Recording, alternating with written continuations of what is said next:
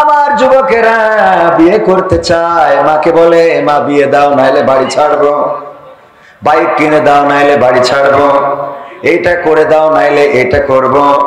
দেখা যায় কথা শোনে নাই রে, হঠাৎ গলায় দড়ি দিয়েছে, কদর বাড়ে না কমে। কথা কয় না, বাড়ে না কমে। আহারে ছেলেটার যদি তাড়াতাড়ি বিয়েটা দিতাম তাইলে আজকে ছেলে হারানো লাগতো। হ্যাঁ, যুবকরা বলছে হুজুর ঠিক। শীতকাল আসতেছে তো খেয়াল রাখার দরকার আছে না? বেঁচে থাকতে কদর করার দরকার।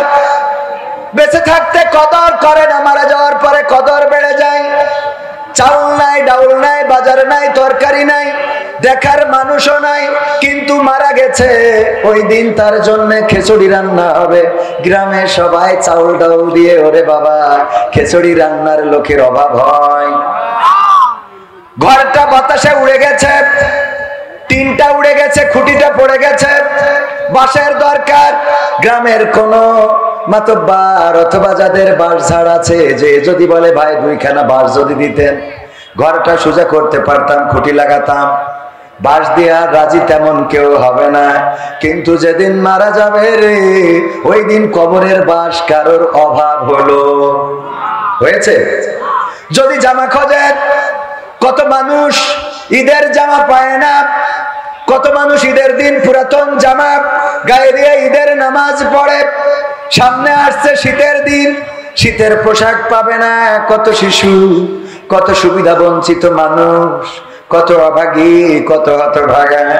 শীতের দিন গায়ে দেওয়ার মতো কম্বল নাই, জামা নাই, সোয়েটার নাই, কোট নাই, এটা দেওয়ারও মানুষ খুঁজে পাওয়া যায় না।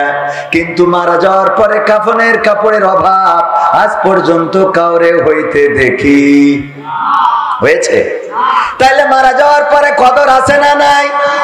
অথচ বেঁচে থাকতে যদি এই মানুষগুলোর পাশে দাঁড়াতেন, বেঁচে থাকতে যদি এই মানুষগুলোর একটু যত্ন নিতেন, তাইলে হয়তো আরো দুইটা দিন একটু ভালোভাবে বাঁচতে পারতো। ঠিক না বেঠিক? সুতরাং অভাবী, দুঃখী, মেহনতি যারা আছে তাদের পাশে দাঁড়ানোর দরকার আছে না নাই? দাঁত রাজি আছেন? রাজি আছেন? এটাই হলো আমার প্রথম গানের শিক্ষা। যেহেতু আমি এখানে আকর্ষণ বেশি আলোচনা না করাই উচিত, যতটুকু পারি। আকর্ষণ মানে তো প্রায় জায়গায় বলি, আকর্ষণ তো বোঝেন। মিরপুর চিড়িয়াখানা আছে না? এই চিড়িয়াখানায় বাঘ, ভাল্লুক, উল্লুক এগুলো যদি না থাকে কেউ যাবে? তো চিড়িয়াখানা আছে কিন্তু বাঘ ভাল্লুক নাই, সেখানে যাবে না তো কেউ। বানর খেলা যে দেখায়, ও যদি সারাদিন বাজারে ঘুরে বেড়ায় ওর কেউ দাঁড় করাবে? কিন্তু বানর নিয়ে যদি বেড়ায় তাইলে দাঁড় করাবে কিনা? আকর্ষণ বানর খেলা যে দেখায় সে না, আকর্ষণ হলো বানর।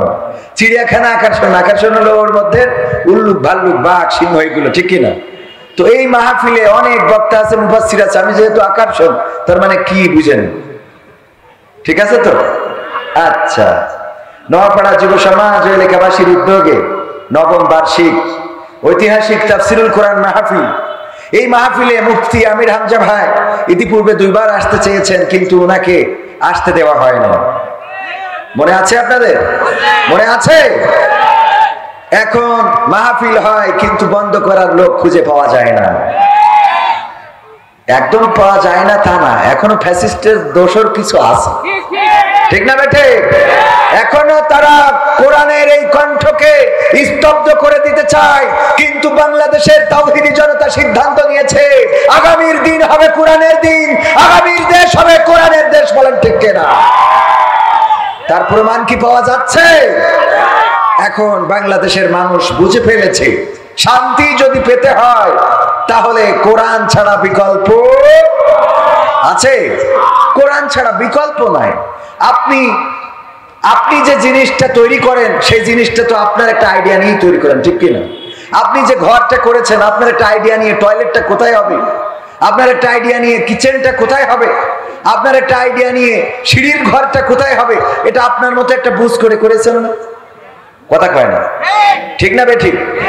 তো আপনার যে বুঝটা, আপনার মতো একটা প্ল্যানিং করে আপনি ঘরটা করেছেন, ওই জায়গায় আর একজন যদি তার মতো করে করতে যায় দেখা যাবে যে আপনার শান্তি বিনষ্ট হচ্ছে। কথা বোঝেননি? আপনি প্ল্যান করেছেন সিঁড়ি দেবেন সামনে, হঠাৎ বউ মাতব্বার বলতিস না পিছনে দিচ্ছি। তো এই যে একটা মনের মধ্যে খাত থেকে গেল, আমৃত্যুকাল বয়ে নিয়ে বেড়াতে হবে না? কথা কয় না? আমৃত্যুকাল বয়ে নিয়ে বেড়াতে হবে। আল্লাহ রাব্বুল আলামিন মানুষ সৃষ্টি করেছেন, আর এই মানুষকে চলার জন্য পথ বাতলিয়ে দিয়েছেন যে কোন পথে চললে শান্তি আসবে। এটা কোরআনে আছে না নাই? কোরআনে সব বলে দিয়েছেন। এটা কায়েম করলে অসুবিধাটা কোথায়? সবাই তো এই দেশে শান্তি আনতে চায়, ঠিক কিনা? সবাই এই দেশে শান্তি আনতে চায়, নিরাপত্তা দিতে চায়, ধর্ষক কমাতে চায়, জেনার বিচার করতে চায়, দুর্নীতিবাজদের বিচার করতে চায়, এই দেশের অর্থ যেন লুটপাট করতে না পারে সেটাই চায়। তো সেটা করার জন্য কোরআনের বিকল্প নাই। তো সবাই মিলে এইটা করলে অসুবিধাটা কোথায়? আমি এইটাই বুঝি। সবাই মিলে যদি এই কাজটাই করি তাইলে আমাদের তো নতুন করে আর দাড়ি পাল্লা কি হাত পাখা কি অন্য কিছু করা লাগে না। সবাই তো একটা মার্কা নিয়ে কাজ করা যায়। কথা কয় না?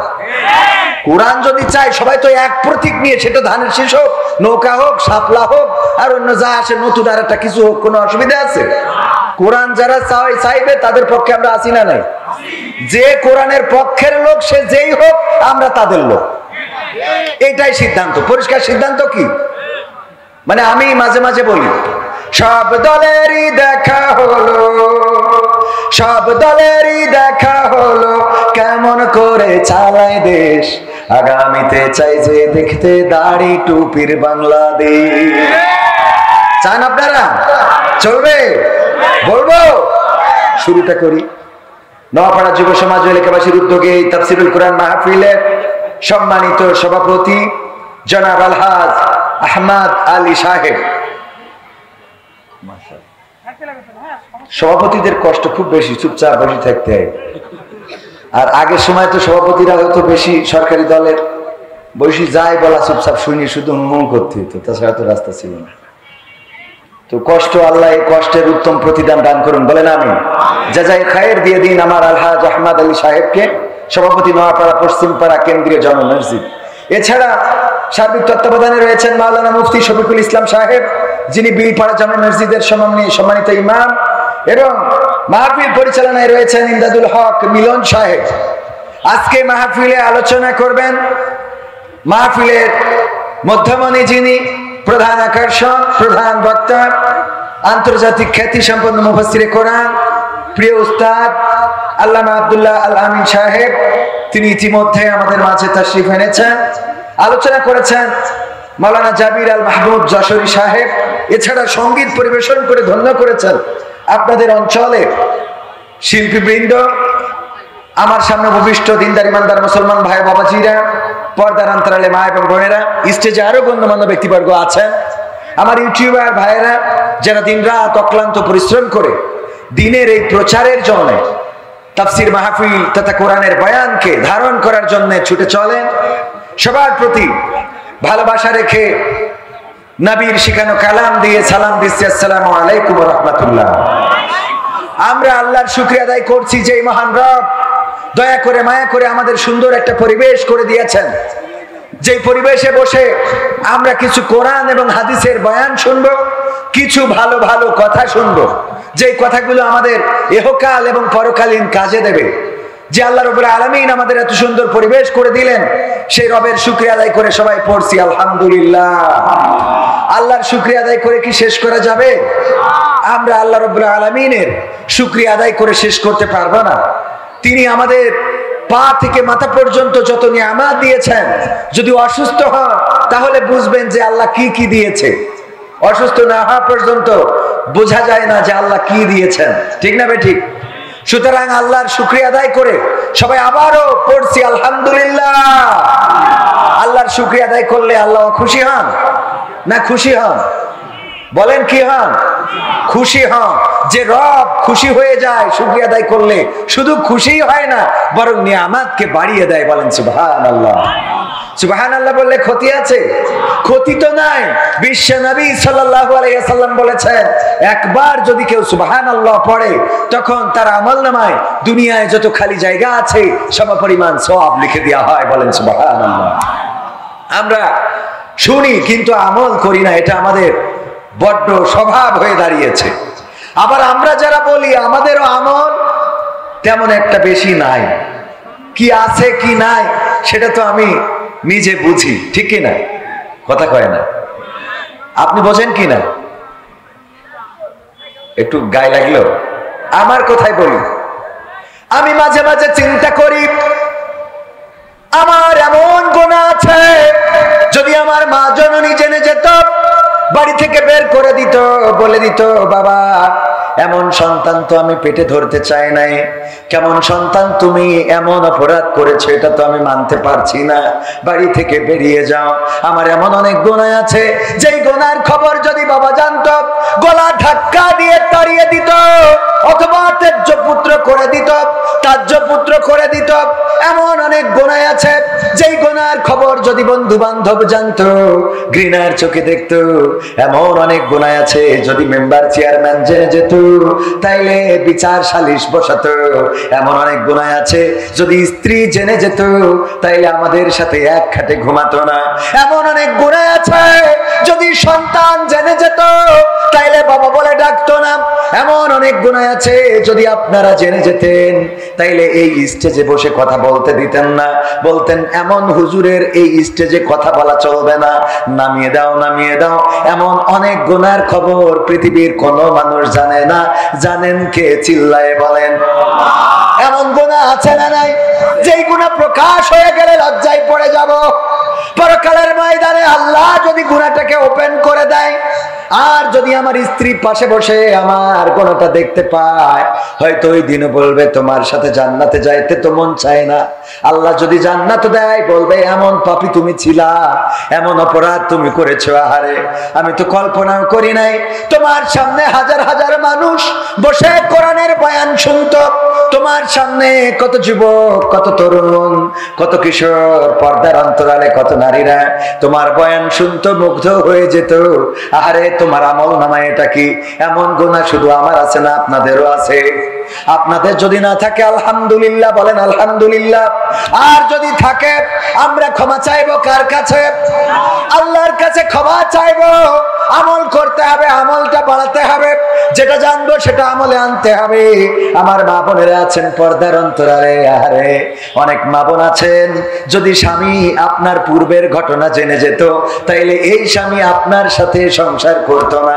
এমন অপরাধী মনে হয় না এই অঞ্চলে? বলেন আছে না নাই? আছে। মানে কি?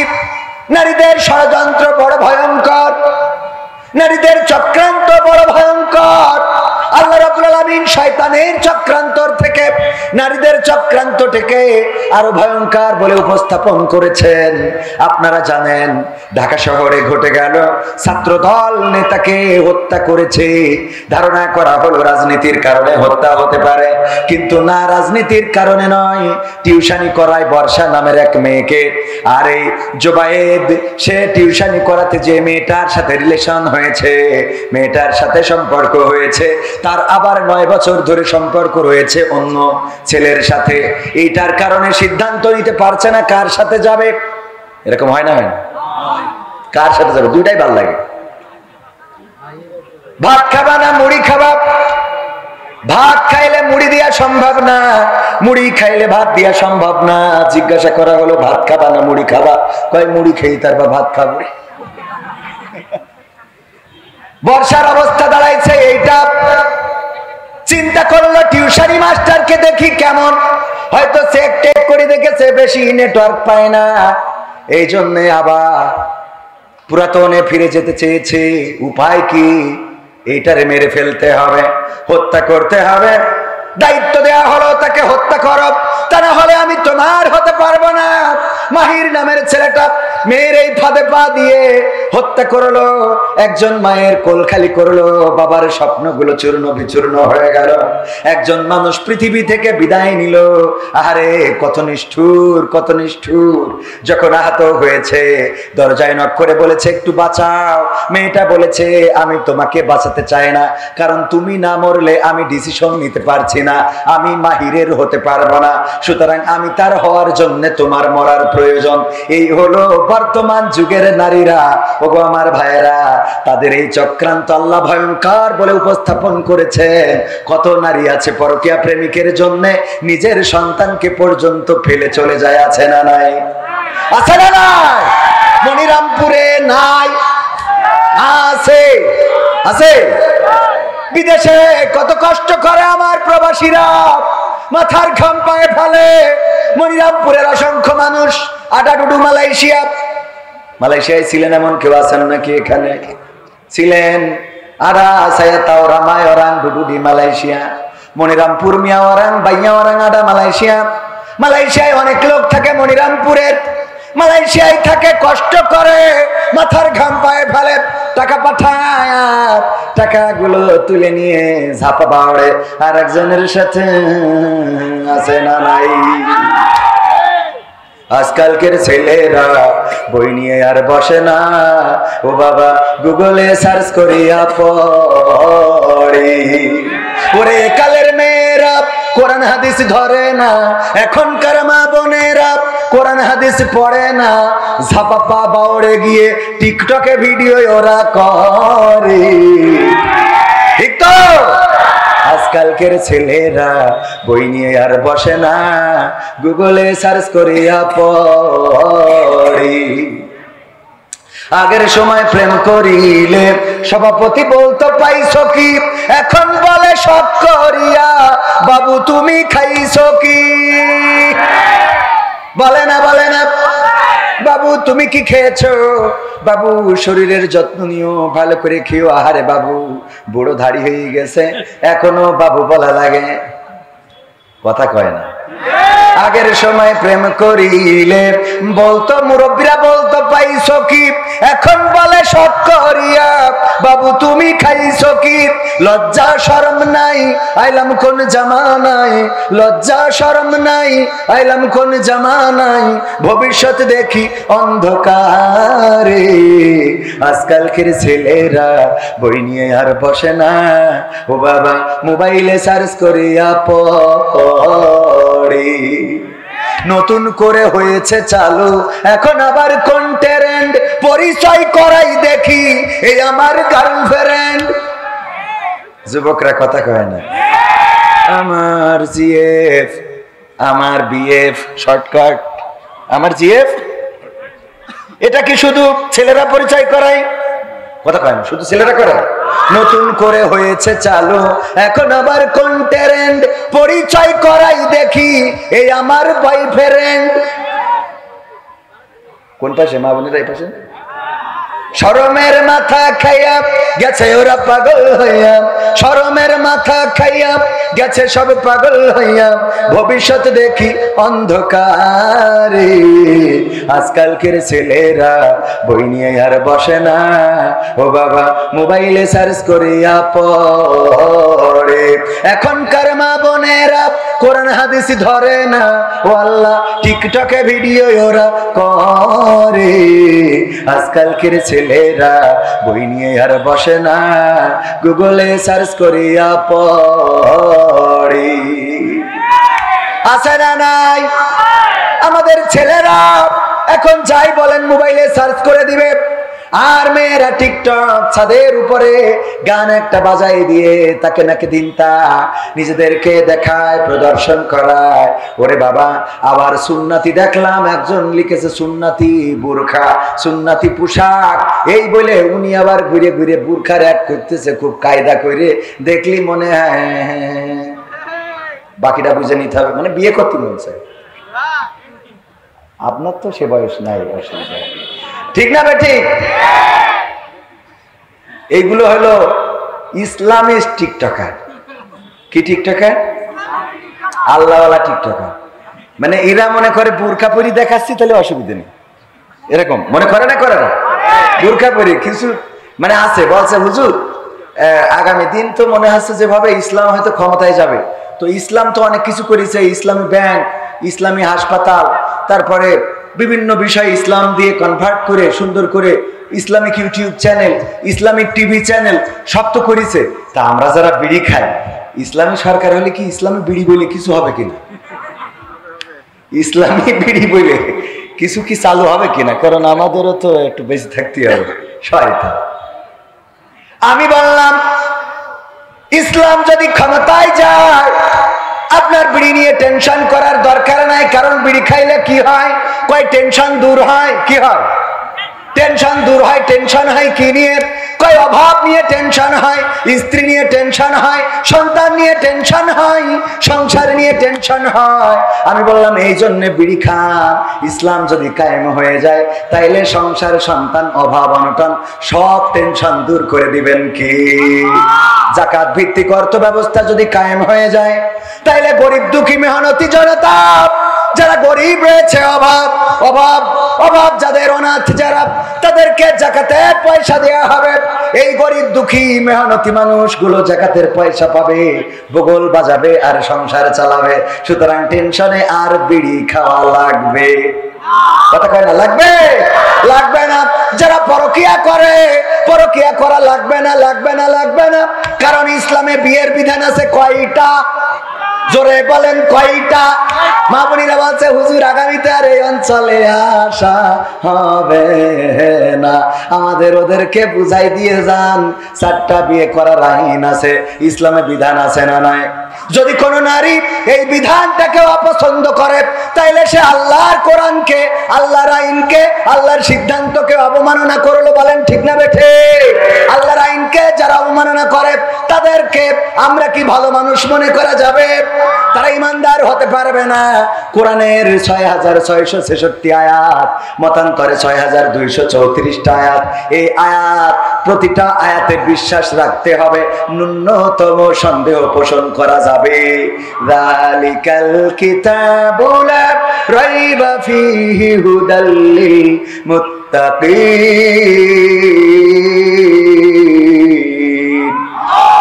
আমার আল্লাহ বলছেন এটা এমন একটা কিতাব যে কিতাব নিয়ে ন্যূনতম সন্দেহ করার অবকাশ আমি রাখি নাই। সুতরাং 4টা বিয়ে করার বিধান দিছি, এটাতে তোমরা সন্দেহ করবে না, এটাতে তোমরা সংশয় করবে না, এটাতে তোমরা আপত্তি করতে পারবে না। তবে হ্যাঁ, এর আগের কথাটা আছে, সেটা হলো যখন বিয়ে করবেন একাধিক তখন ইনসাফ কায়েম করার দরকার আছে না নাই? কিন্তু ইনসাফ কায়েম না করে খালি ছোট বোন নিয়ে যে ঝাপা বাওড়ে ঝাপালেন হবে? ছোট বউ নিয়ে ঝাপা বাওড়ে ঝাপালেন, কক্সবাজার গিয়ে কাঁপালেন, আর বড় বউ সন্তান নিয়ে কেটে কেটে বেড়াই, খাবার নাই, ঘরে বাজার নাই। এইটা যদি করে তাইলে আপনার এই বিয়ে করা জায়েজ? কথা কয় না? মা বোনেরা বলছে তাহলে হুজুর ঠিক আছে। পরের লাইন না শুনে আগের তে লাফ দিলে হবে? কথা কয় না? হবে? বললো কবিতা লিখে আনবা ছাত্ররা আমার, কবিতা লিখবা, আমি দেখতে চাই কে ভালো কবিতা লেখো। কবিতা লিখেছে, জমাও দিয়েছে, এরকম চিরকুটে করে জমা দেওয়ার ওখানে লেখা রয়েছে চোখের জল উঠিয়াছে কপালে। বলছে তোর কবিতা হয়নি কেন? তা বলছে চোখের জল নিচে উঠে নামবে, কপালে যাবে কেন? এ কি কবিতা? স্যার হয়নি কবিতা, না নম্বর পাবো না। না তো একটু পরের লাইনটা পড়েন। পরের লাইন পড়ে দেখে লেখা আছে চোখের জল উঠিয়াছে কপালে, পা দুটো বাঁধা ছিল কদমের ডালে। তাহলে তো চোখের জল কপালে আসবে। তাহলে ঠিক আছে। বলছে স্যার পরের লাইন না শুনে আগের তে লাভ দেন, এটা কি করা ঠিক? আমাদের দেশে এমন মানুষ আছে না নাই? বক্তৃতা দিল আমির হামজা ভাই কোন একজন আমেরিকান মহিলার কথা, কোন একজন গবেষকের কথা সম্ভবত বলেছে যে সে নাকি কোরআনে ভুল পেয়েছে 360টা। এই কথাটা বলতে যে বলেছে ওই মহিলা বা ওই গবেষক বলেছে আমি কোরআনে ভুল পেয়ে অংশটুকু কেটে লাগাই দিয়েছে যে আমির হামজা কোরআনে ভুল ধরেছে 360টা। বলেন নাউজুবিল্লাহ। এরকম কাটিং করার লোক আছে না নাই? আগেরটা শোনে না, পরেরটাও শোনে না, মাঝখান ধরি টানাটানি। একবার খবর আসলো আল্লামা দেলাওয়ার হুসাইন সাইদির মেয়ে বেরোয় গেছে, বেরোয় যাওয়া তো বলছেন আঞ্চলিক শব্দ, আর একজনের সাথে পালিয়ে গিয়ে বিয়ে করেছে। খবর আসলো ছোটবেলা বাবা বেঁচে আছে। আমি বাড়ি যেয়ে মাকে বললাম, মা খবর আমাদের গ্রামের অমুক জন বললো যে আল্লামা সাইদির মেয়ে নাকি বের হয়ে গেছে। বললো তোমার আব্বা বাড়ি আসুক তারপরে জানবানে। আব্বা বাড়ি আসার পরে জিজ্ঞাসা করা হলো, আব্বা বললো আল্লামা দেলাওয়ার হুসাইন সাইদির তো মেয়েই নাই। কি নাই? এই জাতীয় অপপ্রচারকারী আছে না নাই? এমন যারা অপপ্রচার করে ওরা হলুদ মিডিয়া, হলুদ সাংবাদিক আর কিছু দুষ্কৃতিকারী, তারা নানান ভাবে অপপ্রচার করে ইসলামকে বাঁচাতে চায়। ইসলামী মূল্যবোধে যারা বিশ্বাসী তাদেরকে বাংলার জমিনে বিতর্কিত করতে চায়, মানুষ যেন তাদের থেকে দূরে যায়। এই কাজগুলো এখন করে না, আগেও ছিল। আল্লাহর নবী হজের সময় কোরআন তেলাওয়াত করছেন, তাবুতে বসে আবু জাহেল প্রত্যেক তাবুতে যায় আর বলে ওই দূরে যে ওই তাবুটা দেখা যায় ওইটাই যেন যাবা না, ওইটার ধারের কাছে যাবা না। বললো কেন? কারণ ওই লোকটা এই মক্কার পাগল। বলেন নাউজুবিল্লাহ। ওই লোকটার নাম মুহাম্মদ সাল্লাল্লাহু আলাইহি ওয়াসাল্লাম। সে মক্কার পাগল, আমরা তাকে পাগল বলেই জানি। সে কি জানি কবিতা পাঠ করে, তার কাছে জিন না শয়তান কে আসে জানি না। সে এমন কিছু পাঠ করে যে এটা শুনে অন্যরাও পাগল হয়ে যায়। সুতরাং খবরদার যেন তার কাছে যাবা না। এই অপপ্রচার আবু জাহেল করেছে। এখনকার জামানায়ও এমন অপপ্রচার আছে না নাই? আমার নবী কি পাগল ছিলেন? আমার নবী মজনুন ছিলেন না, আমার নবী পাগল ছিলেন না। আমার নবীর চরিত্রটা ছিল একেবারে চাঁদের গায়ে কলঙ্ক থাকতে পারে, কিন্তু বিশ্ব নবীর চরিত্রের মধ্যে কি কোনো কলঙ্ক ছিল? আল্লাহর নবীর মহিলা সাহাবী বলেছেন, দাওয়াত করে খাইয়েছেন।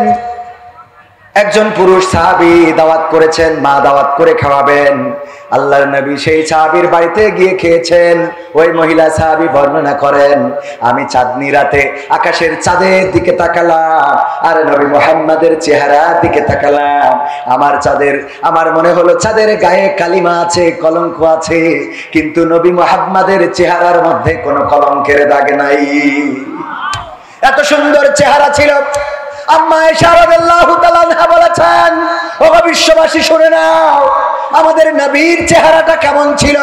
যারা ইউসুফ আলাইহিস সালামকে দেখার পরে ফল কাটতে কাটতে নিজেদের হাতগুলো কেটে ফেলেছে, টের পায় নাই। যখন জুলাইখাকে জিজ্ঞাসা করলো বান্ধবীরা, ওগো জুলাইখা, তুমি ইউসুফের মধ্যে কি এমন খুঁজে পেয়েছো? কেন তার জন্য এত পাগল হয়ে গিয়েছো? তুমি এমন একটা রাষ্ট্রপ্রধানের স্ত্রী, তুমি এত সম্মানিত মানুষের স্ত্রী, তারপরেও কেন একজন কয়েদি, একজন দাস যাকে কিনে আনা হলো, তার প্রেমে পাগল হয়ে গেলে? কেন তার জন্য তুমি এত দেওয়ানা হয়ে গেলে? কিসের জন্য ইউসুফ আলাইহিস সালামকে এত ভালোবাসলে? কোন কারণে? জুলাইখা বলল, ঠিক আছে, তোমাদের হাতে কলমে প্র্যাকটিক্যালে দেখাবো।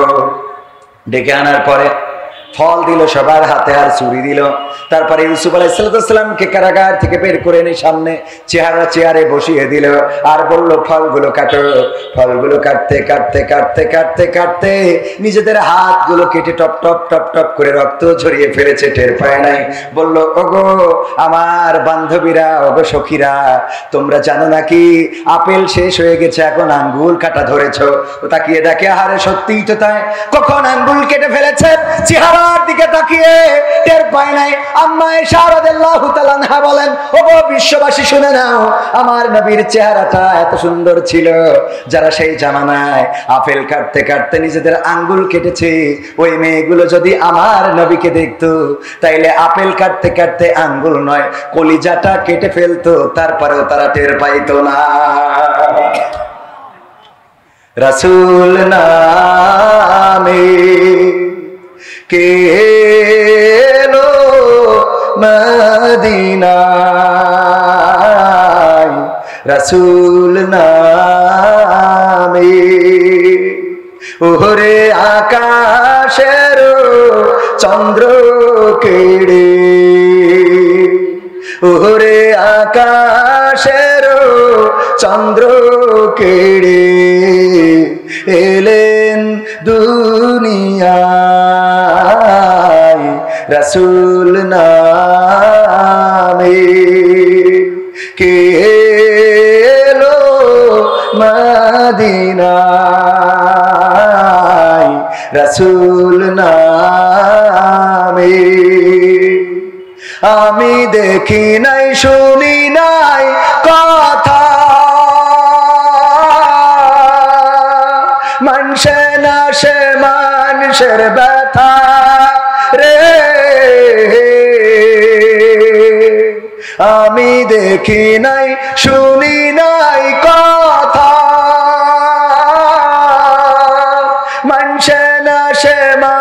কিসের ব্যথা রে ওরে এমন রদির কথা ওরে এমন রদির কথা শুনলে পরাণ ও জুড়ায় রাসূল নামে কে এলো মদিনায় রাসূল নামে ও তার গলেতে তসবির মালা কে চলে ওই কামলিওয়ালা রে ও তার গলেতে তসবির মালা কে চলে ওই কামলিওয়ালা রে ওরে আমার বুকের দরগা তলা ওরে আমার বুকের দরগা তলা তার ডেকে নিয়ে আয় রাসূল নামে কে এলো মদিনায় রাসূল নামে মারহাবা বলা যাবে না? আসসালামু আলাইকুম। ওয়ালাইকুম আসসালাম। আশা করি ভালো আছেন। বর্তমান সামাজিক সমস্যার ভিতরে একটি বড় সমস্যা, সেটি হলো পরকীয়া। বিশেষ করে মহিলারা ছোট ছোট বাচ্চা রেখে অন্যের সাথে চলে যাচ্ছে। এর ফলে মা থাকতে শিশুরা মা হারা হচ্ছে। শরীয়তে এই বিবাহের বিধান কি? আপনার কোথায় পরকীয়া বন্ধ হবে কিনা জানি না, তবে সমাজের সকল শ্রেণীর মানুষ সহ ওই নারী পুরুষ যাতে বুঝতে পারে তাদের কর্মের ফল কি, সবিনয় নিবেদন এই বিষয়ে সুস্পষ্ট আলোচনার জন্য, যাতে কোনো শিশু মা থাকতেও মা হারা না হয়। তো আমি চিঠি পড়ার আগেই তো ওই নিয়ে আলোচনা করছি। হ্যাঁ, তাইলে সাবজেক্ট ঠিকই আছে। শরীয়তের বিধান কি সেটা আমার পরের বক্তা বলবেন। আবার এই নিয়ে যেন ওই সাতক্ষীরার মতো শুরু না হয়, কারণ আমি জানি কম বলিও, কথা কয় না, জানি কম বলিও কম, যতটুকু মানি ততটুকু বলার চেষ্টা করি। কারণ বলার সাথে মানার সাথে যদি মিল না থাকে অ্যাটাক করবেন কে? কথা কয় না, অ্যাটাক করবেন কে? আল্লাহ বলেছেন ইয়া আইয়ুহাল্লাযীনা আমানু লিমা তাকুলুনা মা লা তাফআলুন। ও ঈমানদারেরা, এমন কোন কথা বলো না যা তোমরা কাজে পরিণত করো। কাজে পরিণত যা করি না সেই কথা বলা যাবে। সেই কথা যদি বলি, আল্লাহ রাব্বুল আলামিন পরকালের ময়দানে আল্লাহর নবী সাল্লাল্লাহু আলাইহি ওয়াসাল্লাম বলেছেন, জিহ্বাটা টেনে ধরে আগুনের কেচি দিয়ে জিহ্বাটা কেটে দিবেন কি? আল্লাহ কেটে দিবেন, আল্লাহ ফেরেশতা দিয়ে কাটিয়ে দিবেন। ওগো আমার ভাইয়েরা, পরকীয়া সামাজিক ব্যাধিতে রূপান্তরিত হয়েছে অনেক কারণ, তার মধ্যে অন্যতম কারণ শুধু নারীদের দোষ এটা বললে হবে না, পুরুষেরও দোষ আছে না নাই? আডা ওরাং ডুডুডি মালয়েশিয়া পাখায় ওরাং ইন্দু নাডা কাতাডা। মালয়েশিয়ায় যারা ছিল তারা বুঝতে পেরেছে না পারা নাই? হাত উঁচু করেন, হাত উঁচু করেন। হ্যাঁ, বাইয়া ওরাং ডুডুডি Malaysia, ada orang pi Malaysia dia pakai orang Indun, pakai perempuan. Kalau sana pakai perempuan, dia pun pakai orang lain laki, butoy kata butoy।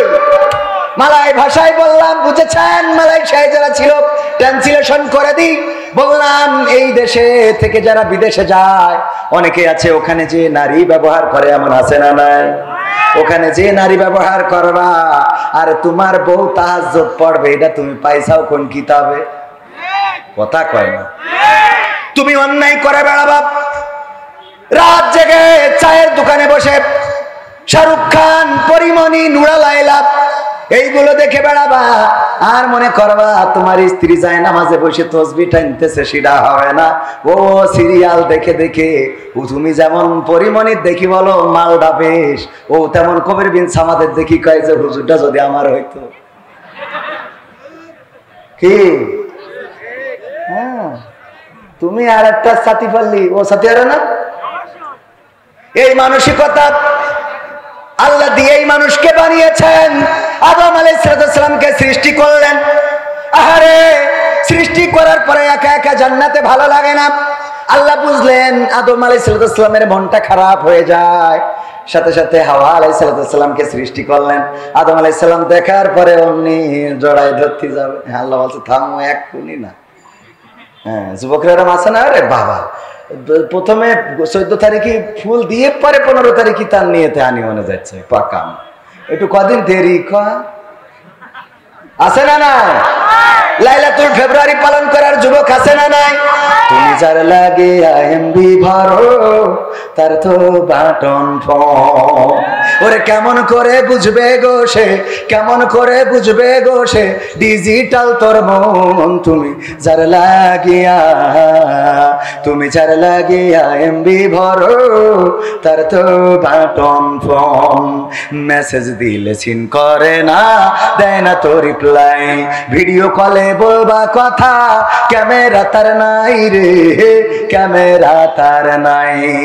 Message দিলে সিন করে না, দেয় না তো রিপ্লাই, ভিডিও কলে বলবা কথা ক্যামেরা তার নাই রে, ক্যামেরা তার নাই। ওরে ডিজিটাল এই যুগ জামানাই, ডিজিটাল এই যুগ জামানাই অ্যানালগ তার মন। তুমি যার লাগিয়া, তুমি যার লাগিয়া এমবি ভরো তার তো বাটন ফোন। প্রেম প্রীতি ভালোবাসা বিয়ের আগে নয়। হ্যাঁ, এবার যুবকরা ঠিক কয় না, এই ঠিক না বেটে? প্রেম প্রীতি ভালোবাসা বিয়ের আগে নয়। মনের মধ্যে রাখো যুবক আল্লাহ তাআলার ভয় রে, পরকালের ভয়। ওরে তবেই তুমি মুক্তি পাবা, তবেই তুমি মুক্তি পাবা দোজখের আগুন। তুমি যার লাগিয়া, তুমি যার লাগিয়া এমবি ভরো তার তো বাটন ফোন। এমন যুবক আছে না নাই? আরে মেয়ে মানুষের পিছনে ঘুরে বেড়ায়, সময় নষ্ট করে। গতকালকে আলোচনায় বলেছিলাম, ও বড় যুবক, ওই 14 ফেব্রুয়ারির অপেক্ষা করে লাভ নাই, ওই ভ্যালেন্টাইন্স ডে গতকালি যে লাভ নাই। তুমি যারে চাও ওর পিছনে ঘুরে লাভ নাই, কারণ তুমি যারে চাও সে হয়তো আর একটারে চাইতে পারে না। আবার এখনকার মেয়েরা চায় কাদের? গাঞ্জাখোর, মদখোর, ইয়াবাখোর যারা আমার মা বোনেরা সুন্দরী সুন্দরী মেয়েগুলো চাই তাদের। বলেন ঠিক কিনা? ঠিক না বেঠে? ভালো ভালো মেয়েগুলো সব ওইগুলো নিয়ে যায়। আজকেও ফেসবুকে দেখলাম, যদিও মুহতারাম আমিরে জামাত এবং সেক্রেটারি জেনারেল বলেছেন ফেসবুকের তথ্য নিয়ে আলোচনা করবেন না, কিন্তু কিছু কথা না বললেও হয় না। দেখলাম একজন ইয়াবা ব্যবসায়ী ধরা খেয়েছে। ওরে বাবা, কত সুন্দরী! আর অপর দিকে ওই যে মেয়েটার জন্য একজন খুন হয়েছে আর 2 জন জেলে গিয়েছে, তার চেহারার দিকে তাকালি তো পান্তা ভাতি খাওয়া যায় না। ঠিক না বে ঠিক? এই জন্য মাঝে মাঝে ফেসবুকে দেখলাম 2-1 জন লিখেছে শিক্ষিতরা কি পছন্দ করে আর ইয়াবাখোররা কি পছন্দ করে। ইয়াবাখোরদের বউ ভালো না খারাপ? বিয়ের আগে মনে করে ওই যে চুল একটা কুত্তা কাটিং দিয়ে মোটরসাইকেল একখান বড় তাই কিনে, যার পরে চড়লি মোটরসাইকেল মনে করে পিঠে বসে রইস।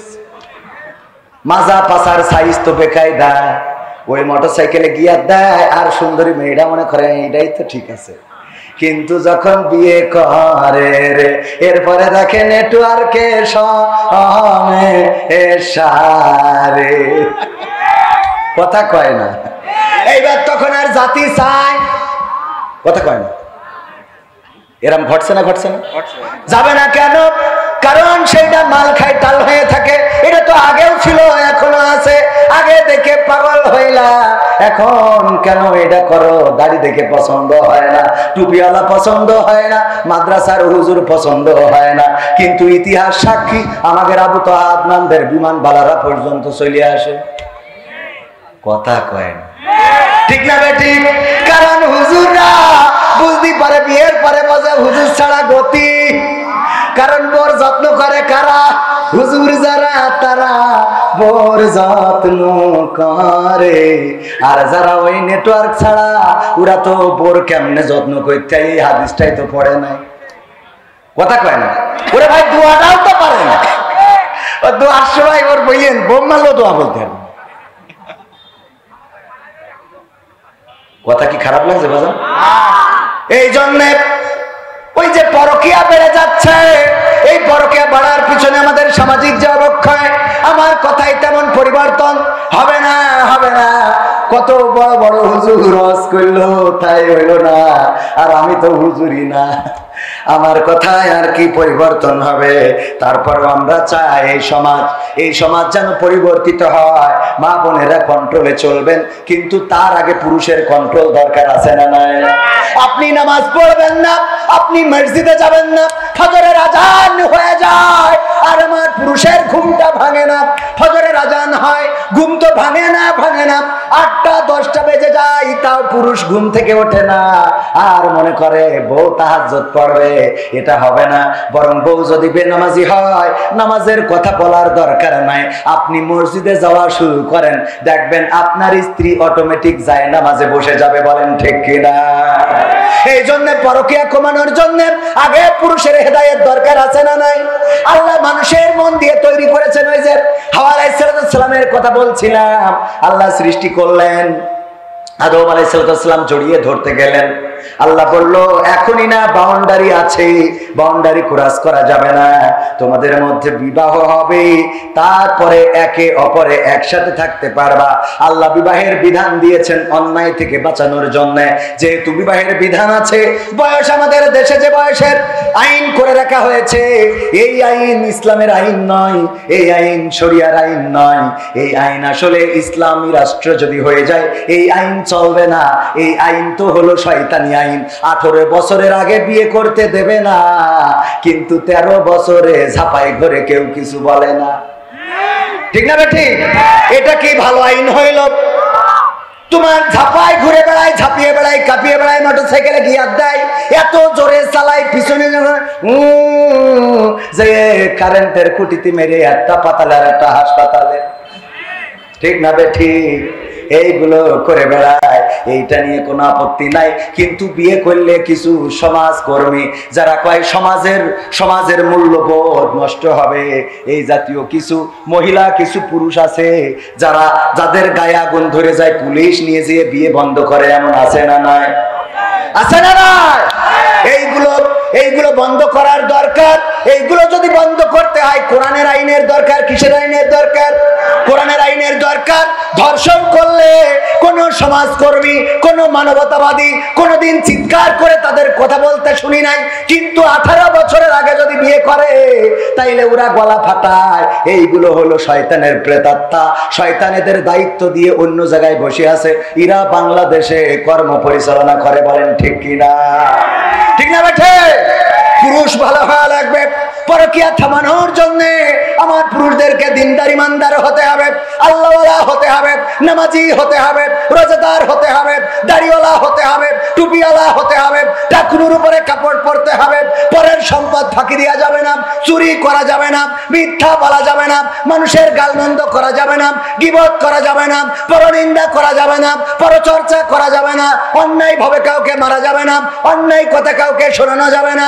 আল্লাহ রাব্বুল আলামিন এবং তার নবী যে আদর্শ দেখিয়ে দিয়েছেন, আল্লাহর হুকুম এবং রাসূলের আদর্শ অনুযায়ী যদি নিজেদেরকে গড়ে তুলতে পারেন, তাইলে অটোমেটিক আপনার নারীরাও ভালো হয়ে যাবে, সমাজটাও ভালো হয়ে যাবে। বলেন ঠিক কিনা?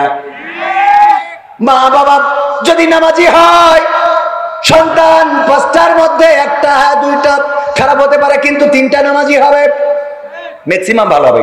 কি মা? ঠিক না বেঠিক? মা বাবা যদি নামাজি হয়, সন্তান হয়তো 1টা 2টা, আল্লাহ গোমরা করতেও পারে। হেদায়েত কার কাছে? আল্লাহ নূহ আলাইহিস সালামের সন্তান কেনানকে হেদায়েত দেয় নাই। পিতা নবী মানুষের কল্যাণের জন্য কাজ করেছে, কিন্তু নিজের স্ত্রী সন্তানকে ফেরাতে পারে নাই। আল্লাহ হেদায়েত না দিলে হবে নাকি? হবে।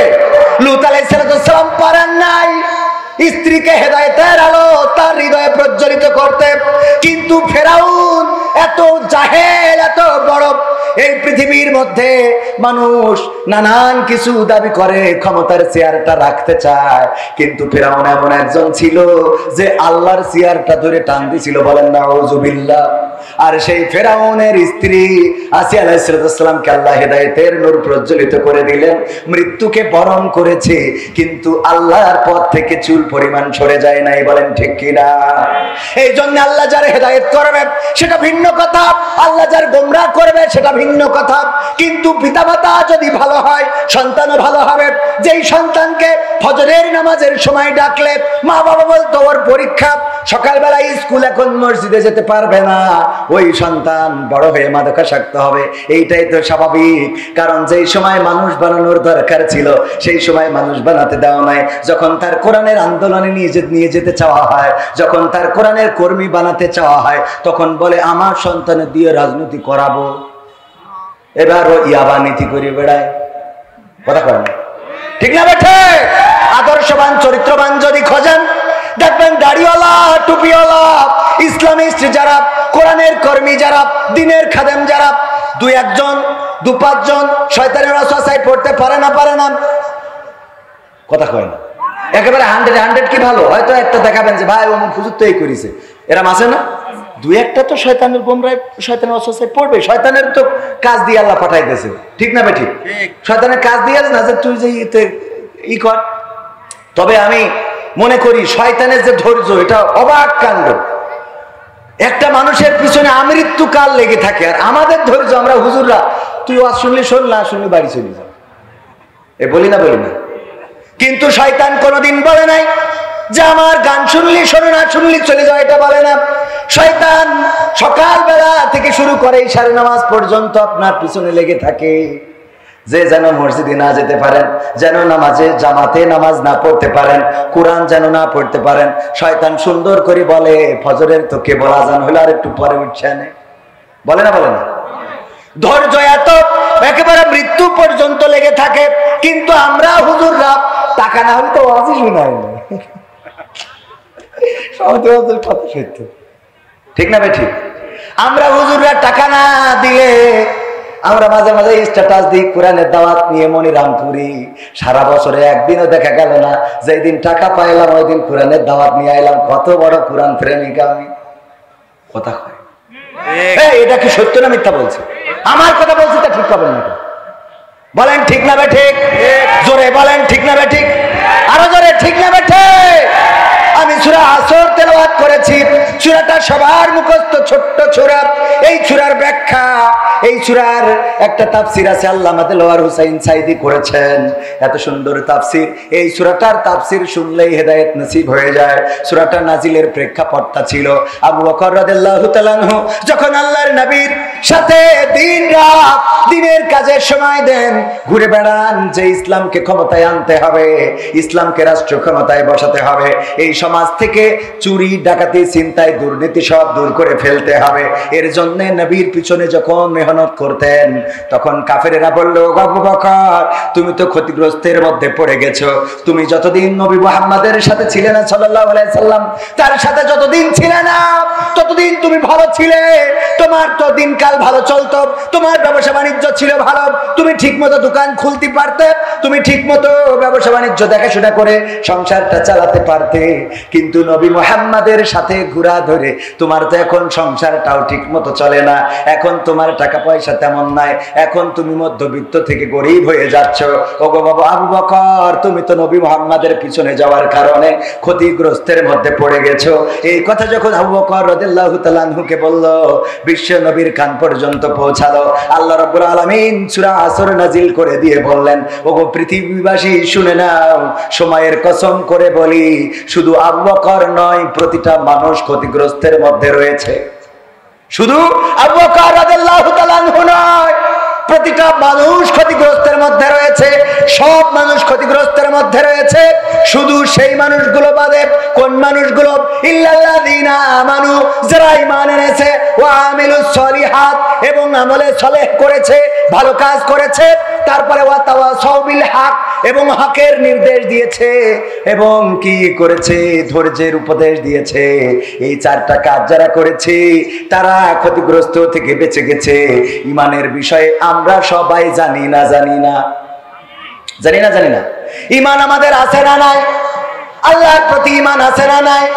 ওয়ামিনান নাসি মান ইয়াকুলু আমান্না বিল্লাহি ওয়া বিল ইয়াউমিল আখির ওয়া মা হুম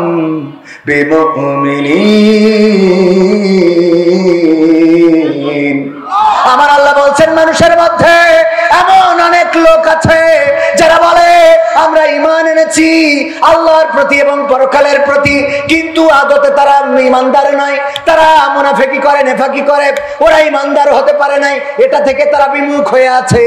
এখন বলেন আমরা বলে ঈমানদার আর আল্লাহ বলে, ওরা মুখে বলে, আসলে বাস্তবতায় নাই। কার কথা সত্য, আমাদের না আল্লাহর? কার কথা সত্য? আল্লাহর কথা সত্য, 100% সত্য, দিবালোকের মতো সত্য। রাতের অন্ধকার যেমন আসে তেমন সত্য, এই পৃথিবী যেমন আছে এটা যেমন সত্য তেমন সত্য, সূর্য আছে, চন্দ্র আছে, এটা যেমন সত্য তেমন সত্য আল্লাহর কোরআনের কথা। আল্লাহ বললেন মানুষের মধ্যে এমন অনেক লোক আছে যারা মুখে বলে আমরা আল্লাহকে বিশ্বাস করি, পরকালকে বিশ্বাস করি, অথচ তারা মুখে বিশ্বাস করে, মুখে বলে, অন্তরে বিশ্বাস করে না, বিশ্বাস পোষণ করে না। এখন চিন্তা করে দেখেন আল্লাহর প্রতি ঈমান আনার পরে দ্বিতীয়তম কাজ কোনটা? হ্যাঁ হ্যাঁ, দুই একজন মনে করছে বলবো না বলবো না, জোরে বলেন কোনটা, আরো জোরে কোনটা। এর আওয়াজ দিলি আগামীতে স্লোগান দেয়া যাবে।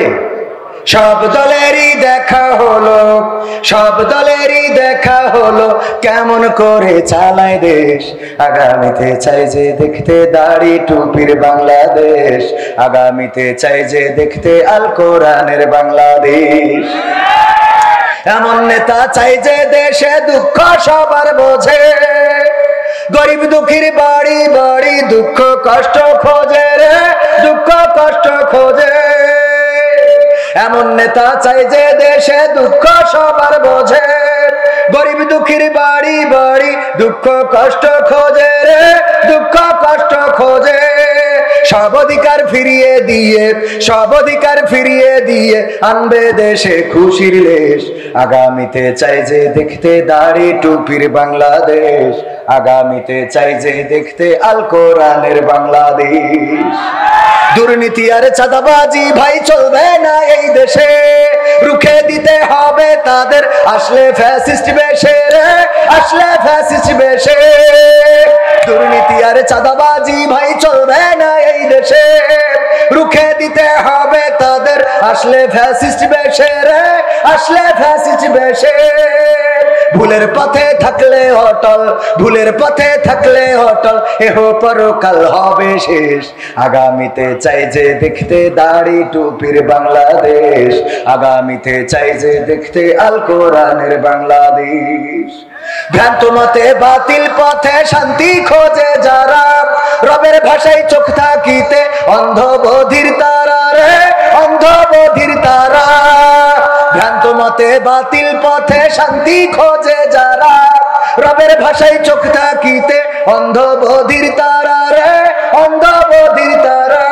ভুলের পথে চললে আইন আল কোরআনের, চললে আইন আল কোরআনের, তবে দেশটা চলবে বেশ। আগামীতে চাই যে দেখতে দাড়ি টুপির বাংলাদেশ, আগামীতে চাই যে দেখতে আল কোরআনের বাংলাদেশ।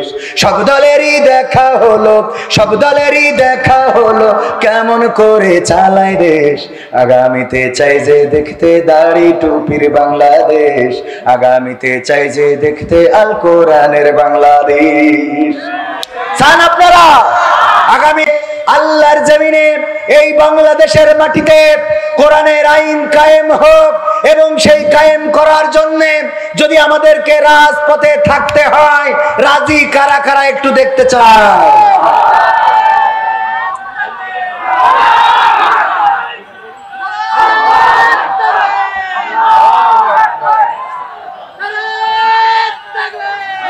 সম্মানিত ভাইয়েরা, যদি ঐক্যবদ্ধ থাকেন, চরমনাই, জামাত, হেফাজত, যত ওলামায়ে কেরাম আছে পাশাপাশি যারা প্রকৃত অর্থে আল্লাহকে ভালোবাসেন, রাসূলকে ভালোবাসেন, তারা যদি ঐক্যবদ্ধ হন তাহলে বাংলাদেশে 5ই আগস্টে যেমন এক ধাক্কায় আমরা অনেককে বর্ডার পার করে দিয়েছি, আর একটা ধাক্কায় এই জমিনে কোরআনের রাজ কায়েম হয়ে যাবে ইনশাআল্লাহ। এই ধাক্কা দিতে রাজি আছেন? যদি রাজি থাকেন ঐক্যবদ্ধ থাকতে হবে, বাতিলের রক্ত চক্ষুকে উপেক্ষা করতে হবে। আর বাতিলকে স্পষ্ট করে বলে দিতে চাই, আমরা কোন দলের হয়ে কাজ করি না। আমাদেরকে জামাতের বলবেন হবে না, আমাদেরকে হেফাজতের বলবেন হবে না, আমাদেরকে আটরশি ফুরফুরা অন্যান্য যত দল আছে তাদের দলের ট্যাগ লাগাবেন হবে না। আমরা দল করি আল্লাহ ও তার রাসূলের দল, বলেন ঠিক কিনা? কারণ এই জমিনে যদি কোন ইসলামী দল আল্লাহর আইনের বিপক্ষে যায়, আমরা সেই ইসলামী দলকে বঙ্গোপসাগরে ফেলে দেব, ঠিক না ঠিক?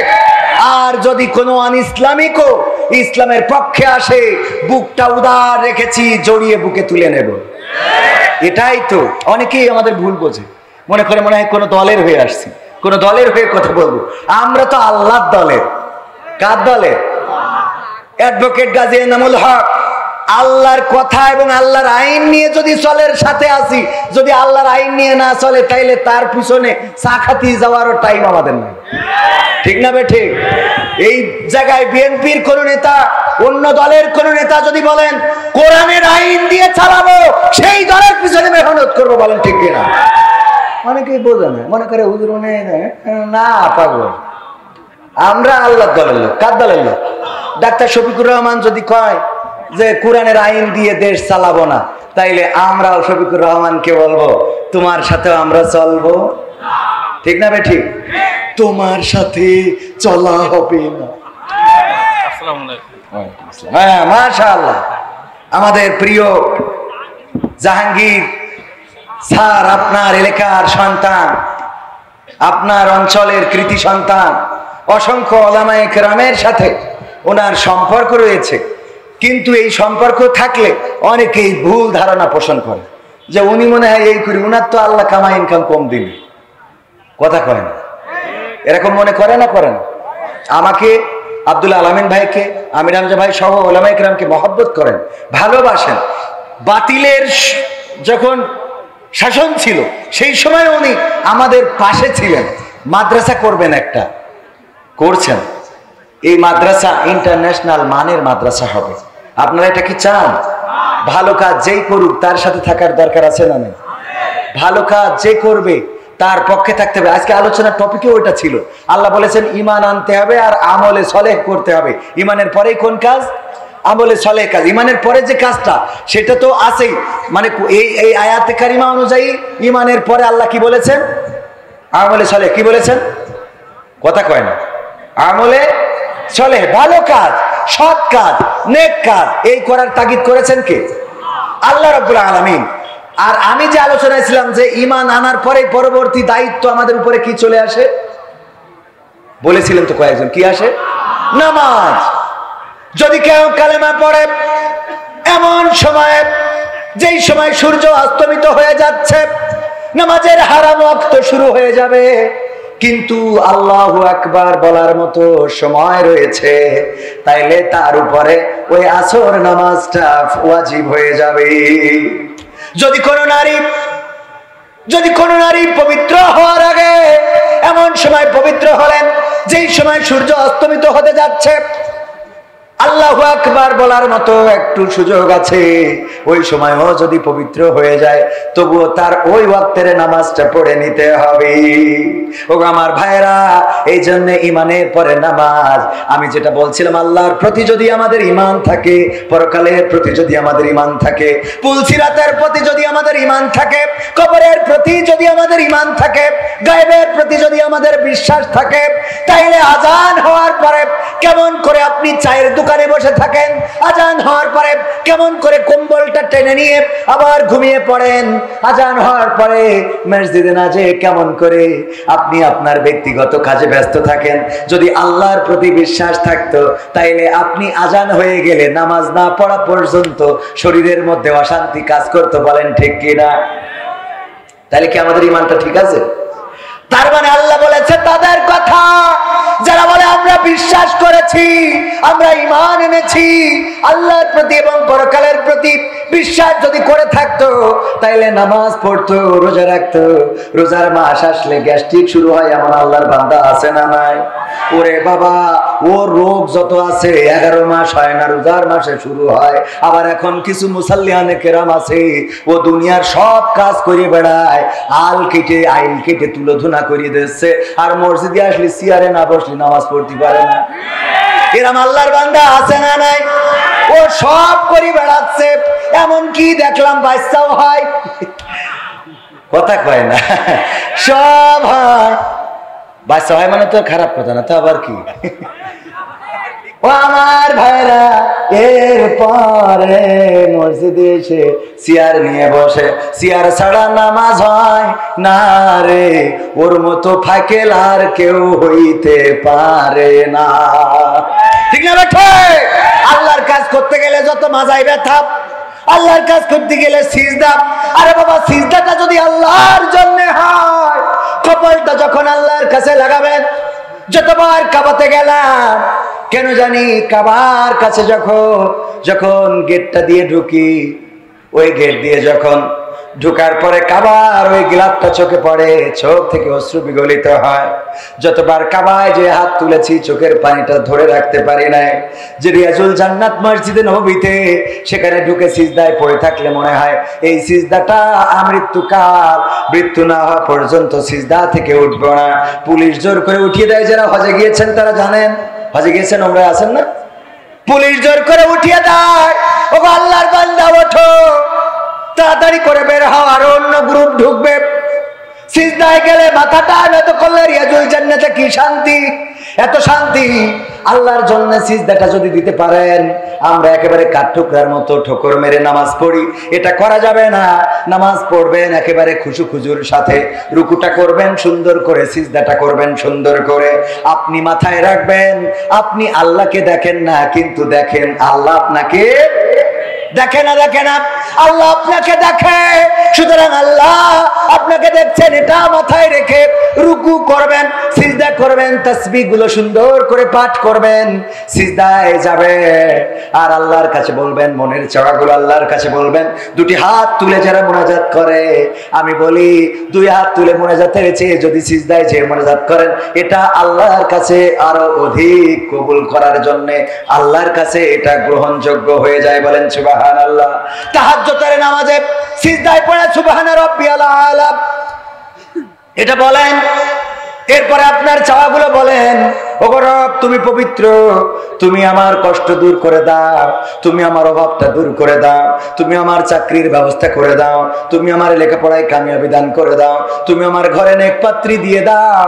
আর যেই বোনেদের ভালো বিয়া হচ্ছে না, বয়স চলে যাচ্ছে, আল্লাহর কাছে বলেন, আল্লাহ তুমি আমাকে সুন্দর একটা পাত্র দিয়ে দাও। তাহাজ্জুদের নামাজে আল্লাহর কাছে মাথা নত করে চোখের অশ্রু ফেলে গভীর রাত যদি কাঁদতে পারেন, আল্লাহর নবী বলেছেন, আল্লাহ রাব্বুল আলামিন আর শাজিম থেকে ফেরেশতাদেরকে ডেকে বলেন, ওগো ফেরেশতারা, আমার এই বান্দাগুলো সবাই যখন ঘুমানো, তখন এই বান্দাগুলো কেন এই রাতের অন্ধকারে এইভাবে সিজদায় পড়ে কান্নাকাটি করে, চোখের পানি কেন ফেলে?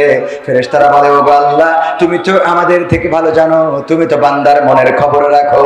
আল্লাহ বলে, তোদের কাছ থেকে শুনতে চায়। ফেরেশতারা বলে, আল্লাহ, ওই মানুষগুলো গুনাহ করেছে, ওই মানুষগুলো জেনা করেছে, ওই মানুষগুলো অন্যায় করেছে, ওই মানুষগুলো বাতিলের গোলামি করেছে, ওই মানুষগুলো অভাবে রয়েছে, ঋণগ্রস্ত রয়েছে, ওই মানুষগুলো রোগগ্রস্ত রয়েছে, কষ্টে রয়েছে, সংসারে অশান্তিতে রয়েছে। এই জন্য এই গভীর রাতে সবাই যখন ঘুমানো, তখন জেগে উঠে তোমাকে ডাকছে, যেন তুমি ডাকের সাড়া দাও। তুমি তো উত্তম ডাকের সাড়া দানকারী। আল্লাহ রাব্বুল আলামিন ফেরেশতাদেরকে বলেন, ওগো আমার ফেরেশতারা, তোমরা সাক্ষী থেকে যাও, এই গভীর রাতে যারা উঠলো, উঠে যারা আমাকে ডাকলো, আমার কাছে চাইলো, আমি ওদের সকল চাওয়াগুলো আমি আল্লাহ পাওয়া করে দিলাম। বলেন সুবহানাল্লাহ। এটা কি আমার কথা? এটা বিশ্ব নবী সাল্লাল্লাহু আলাইহি সাল্লাম বলেছেন। সুতরাং রাত জাগবেন, তাহাজ্জুদের নামাজ আদায় করবেন, আল্লাহর কাছে কাঁদাকাটি করবেন, গুনাহের জন্য কাঁদবেন, কষ্টের জন্য কাঁদবেন, অভাবের জন্য কাঁদবেন। আল্লাহ রাব্বুল আলামিন আপনার কষ্ট অভাব দূর করে দিবেন। আপনি সুখ চাইবেন, আল্লাহ সুখ দেবে। আল্লাহ আত্মিক প্রশান্তি দান করে দিবে। আল্লাহ রাব্বুল আলামিনের কাছে মাথা নত করে দিবেন। তার মানে ঈমানের পরের কাজ হলো নামাজ আদায় করা। এরপরে আপনি সাওয়াম পালন করবেন, যাকাত দিবেন, হজ করবেন, এবিলিটি থাকলে এটা ইসলামের স্তম্ভ গেল। আর সূরা আসর অনুযায়ী আপনি কি করবেন? আল্লাহ বলছেন ঈমান আনবেন, এরপরে সৎকর্ম করবেন। সৎকর্মের মধ্যে ছোট একটা টিপস আপনাদেরকে দিয়ে যাই। সৎকর্ম যারা করতে চান মসজিদে তো যান, মসজিদে যাওয়ার পরে মসজিদের মুসাল্লিদের জুতোগুলো থাকে এলোমেলো, এই জুতোগুলো একটু ঘুরিয়ে সোজা করে দেয়া যাবে না? যাবে না? যাবে। এটা সৎকর্ম, এই কাজগুলো করেন। ছোট্ট কাজ, কিন্তু এই কাজের সওয়াব বেশি না কম? ছোট কাজ। আমার স্যার বলেন, সেই দিন তুমি মনে করবা তুমি অহংকারী নও, যেই দিন তুমি ফকিরকে সালাম দিতে পারবা। কি করবা? ফকিরকে আমরা সালাম দিই, বরং ফকির সালাম দিলে আর আমারও তো এমনি মিজাজ খারাপ হয় ফকির দেখলে। কারণ এখন বেশিরভাগ ফকির ফকিরই না, বেশিরভাগ ফকির ফকিরই না। ফকিরকে সালাম দিবেন, অহংকার কমে যাবে। মসজিদের জুতা জোড়াটা সোজা করবেন, মানুষের সাথে ভালো আচরণ করবেন। বাজারে যাওয়ার পরে আমরা ভালো তরকারিগুলো কিনি, কিন্তু দেখবেন অনেক সময় অসহায় গরিব মানুষ, বাড়িতে একটা পেঁপে গাছ ছিল, বুড়ো মানুষ, বুড়ি বলেছে আমার তো ওষুধটা নাই, দেখো ওই পেঁপে দুইটা পেড়ে নিয়ে যে বিক্রি করতে পারো কিনা, যদি বিক্রি করতে পারো তাইলে আমার ওষুধটা কিনে আইনো। এই বুড়ির কথা চিন্তা করে বুড়ো মানুষটা গাছে থাকা কয়টা 3টা 4টা পেঁপে নিয়ে যে বসে আছে। আরে বুড়ো মানুষটা মলিন মুখে দাঁড়িয়ে থাকে, বসে থাকে, ওই পেঁপেটাকেও কিনতে চায় না। যেই দোকানে তরকারি বেশি সেই দোকানে কাস্টমার বেশি। আর এই অসহায় মানবিক এই কাজগুলো, অসহায় মানুষটার এই মানবিক কাজগুলো করতে চায় না। আমলে সালেহ হলো আপনি বাজারে যাবেন, দেখবেন সবচেয়ে কে খারাপ অবস্থায় আছে, কার দোকানে কাস্টমার কম, কার কাছে মালামাল কম, কে ছোট দোকান, তার দোকানে যান, কেনাকাটা করেন, যেন এই মানুষটা স্বাবলম্বী হতে পারে। আপনি ওই পেঁপেটা যদি কিনে আনেন, হয়তো ওই পেঁপেটার মধ্যে বাড়ি বুড়িটার ওষুধ কেনার পয়সা রয়েছে, এই কাজটার জন্য পেঁপেটাও কিনা হইল, আর সওয়াব দিয়ে দিবেন কে? আমলে সালেহ, বুঝেছেন তো? ছোট কাজ, কিন্তু এই কাজগুলো অনেক বড়, অনেক বড় সওয়াব আল্লাহ রাব্বুল আলামিন আপনাকে দিয়ে দিবেন। সম্মানিত ভাইয়েরা, কথা বেশি বাড়াবো না। বাবা তোমার দরবারে সব পাগলের খেলা। তারপরে আরো গান শুনতে চেয়েছি। ওই সময় বিপদে যখন ছিলাম তখন একটা গান লিখেছিলাম, কিন্তু সেই গানটা ওই সময় গাতি দিত না, একবার গাইছিলাম, গাওয়ার পরে জুতো থুয়ে পালাতি হয়েছিল। বলেন সুবহানাল্লাহ। হ্যাঁ, গণতন্ত্র চিনি না আমি, জানি না গণতন্ত্র, গণতন্ত্র দেখিনি আমি, শুনেছি গণতন্ত্র। এটা ছিল না? কথা কয় না? গণতন্ত্র চিনি না আমি, জানি না গণতন্ত্র, গণতন্ত্র দেখিনি আমি, শুনেছি গণতন্ত্র, গণতন্ত্র চিনি না আমি, জানি না গণতন্ত্র, গণতন্ত্র দেখিনি আমি। হ্যাঁ, ওর তো মাথায় আছে, টেনশন করার দরকার নেই। শুনেছি গণতন্ত্র, শুনেছিলাম আমি বাংলাদেশে গণতান্ত্রিক রাজা, যখন যারে মনে চেয়েছিল ধরে দিয়েছিল সাজা। ঠিক না বেঠে? শুনেছিলাম আমি বাংলাদেশে গণতান্ত্রিক রাজা, যখন যারে মনে চেয়েছিল ধরে দিয়েছিল সাজা। কাউকে দিয়েছিল ফাঁসির দণ্ড, রেখেছিল আয়না ঘরে, কাউকে আবার লাশ বানিয়ে ভাসিয়েছিল সাগরে। কাউকে দিয়েছে ফাঁসির দণ্ড, রেখেছে আয়না ঘরে, কাউকে আবার লাশ বানিয়ে ভাসিয়েছে সাগরে। করেছে সব কিসের জোরে, ছিল কি দাদার মন্ত্র? কেমন গণতন্ত্র ছিল, কেমন গণতন্ত্র, গণতন্ত্রের আড়ালে ছিল মোদির ষড়যন্ত্র। কেমন গণতন্ত্র ছিল, কেমন গণতন্ত্র, গণতন্ত্রের আড়ালে ছিল দাদার ষড়যন্ত্র। শুনেছি আগে নির্বাচনে লাগতো টাকার নোট, দেখেছি আমরা ভোট করিতে লাগেনি কোন ভোট। লেগেছে বলেন? ভোট তো লাগেনি। এমন অবস্থা ছিল, এক মুরব্বী ফজরের নামাজ পড়ে ভোটের মাঠে গিয়েছে, যাওয়ার পরে বলল, বাবা আমার নাম্বারটা কত দেখো, দেখে আমার ভোট দেওয়ার স্লিপটা দাও। নাম্বার দেখে বলতেছে, চাচা এত কষ্ট করে কেন আসলেন? কয় কেন আসবো না, ভোট দেওয়ার জন্য তো আইছি। কয় আপনি মুরব্বী মানুষ, এত কষ্ট করে আসলেন, আমরা তো আপনার কাজটা সেরে দিছি। কয় তা কি করে হবে, এই সকালবেলা তো আমরা রওনা দিছি। কইলো আপনি রওনা দিছেন কটার সময়? কয় ফজর পড়ে। ওরা কয় আমরা তাহাজ্জুদ পড়ে তো কাম সারিছি। কি করেছি? আমরা তো তাহাজ্জুদ পড়ে কাম সেরে ফেলেছি। ওগো চাচা, আপনার কষ্ট করে আসা লাগবে না, আপনার কষ্ট আমাদের সহ্য হয় না, এই জন্য আগে আমরা তাহাজ্জুদ পড়ে ওই রাত্রি উঠে কাম সারিছি, আপনি যাইতে পারেন। চলে যাচ্ছে, আবার ডাক দিয়ে বলে চাচা গো, আর একটা কথা শোনেন, চাচির জন্য আবার কষ্ট করে পাঠায়েন না। কয় কেন? কয় চাচি তো, চাচির ভোট, বুড়ো বলতেছে চাচি তো মানে তোমার চাচিও কি ভোট দিয়েছে? বলছে হ্যাঁ, চাচির ভোটটাও দিয়া শেষ। বলছে আরে কারে বিয়ে করিলাম রে আমার সোনার ময়না পাখি, কোন বাদোষে ভোট দিয়ে গেলি আমার দিলি ফাঁকি রে আমার কলজের ময়না পাখি। বুড়ো চাচা বলছে ওরে আল্লাহ, তোমার চাচির মতো নেমো খারাম পাওয়া যায় না, এত বড় নেমো খারাম কেমনে হইল, যার জন্য আমি এখনো পথ চেয়ে থাকি, সে এমন একটা কাজ কেমনে করে গেল। ওই ভোটের যারা দায়িত্বে বলতেছে চাচা কেন, চাচি কি এমন অন্যায় করেছে? বলছে তোমার চাচি মারা গেছে আজ 11 বছর হয়ে গেল, 11 বছর পরে এসে ভোটটা দিয়ে গেল, কিন্তু আমার সাথে দেখা করে গেল না, এর মতো নেমো খারামের সাথে কেমনে আমি জান্নাতে যাব রে। কথা কি বোঝা গেছে? শুনেছি আগে নির্বাচনে লাগতো টাকার নোট, দেখেছি আমরা ভোট করিতে লাগেনি কোন ভোট, ভোটের আগে পাশ হয়েছে মন্ত্রী মিনিস্টার, লাগেনি মিছিল, লাগেনি মিটিং, লাগেনি তো পোস্টার। নির্বাচন কমিশন ছিল ইন্ডিয়ান কোন যন্ত্র, কেমন গণতন্ত্র ছিল, কেমন গণতন্ত্র, গণতন্ত্রের আড়ালে ছিল মোদির ষড়যন্ত্র। কেমন গণতন্ত্র ছিল, কেমন গণতন্ত্র, গণতন্ত্রের আড়ালে ছিল দাদার ষড়যন্ত্র। বিরোধী দল যারা সংসদে ছিল তারা ছিল পোষা ময়না, দেশ জ্বলে পুড়ে হয়েছিল ছাই, তবুও তো কিছু কয় না। বিরোধী দল যারা সংসদে ছিল তারা ছিল পোষা ময়না, দেশ জ্বলে পুড়ে হয়েছিল ছাই, তবুও তো কিছু কয় না। শাসনে ছিল না সততা নিষ্ঠা, বিচারের ছিল না মান, সংসদে বুঝি তাই শোনা যেত মমতাজের গান। এখন কি শোনা যায়? শাসনে ছিল না সততা নিষ্ঠা, বিচারের ছিল না মান, সংসদে বুঝি তাই শোনা যেত মমতাজের গান। বিরোধী দল নাই, ওটা তো ছিল ডিজিটাল ষড়যন্ত্র। কেমন গণতন্ত্র ছিল, কেমন গণতন্ত্র, গণতন্ত্রের আড়ালে ছিল দাদার ষড়যন্ত্র। কেমন গণতন্ত্র ছিল, কেমন গণতন্ত্র, গণতন্ত্রের আড়ালে ছিল মোদির ষড়যন্ত্র। নায়েবে রাসূল কোরআনের পাখি বলতো মানুষ যারে, সেই মানুষের 13টি বছর রেখেছিল কারাগারে। নায়েবে রাসূল কোরআনের খাদেম বলতো মানুষ যারে, সেই মানুষের 13টি বছর রেখেছিল কারাগারে। দিনের কথা বলতে গেলেই করতো গ্রেফতার, ইসলামী বই কোরআন হাদিস করতো যে উদ্ধার। কোরআনের কথা বলতে গেলেই করতো গ্রেফতার, ইসলামী বই কোরআন হাদিস করতো যে উদ্ধার। ও সবে নাকি থাকতো লেখা নাশকতার মন্ত্র। কেমন গণতন্ত্র ছিল, কেমন গণতন্ত্র, গণতন্ত্রের আড়ালে ছিল দাদার ষড়। ছিল না, ছিল না? এই জন্য দাদা নিয়ে গেছে না যায় নাই? আর আমাদের দেশটাও বেকায়দায় চলে গেছে।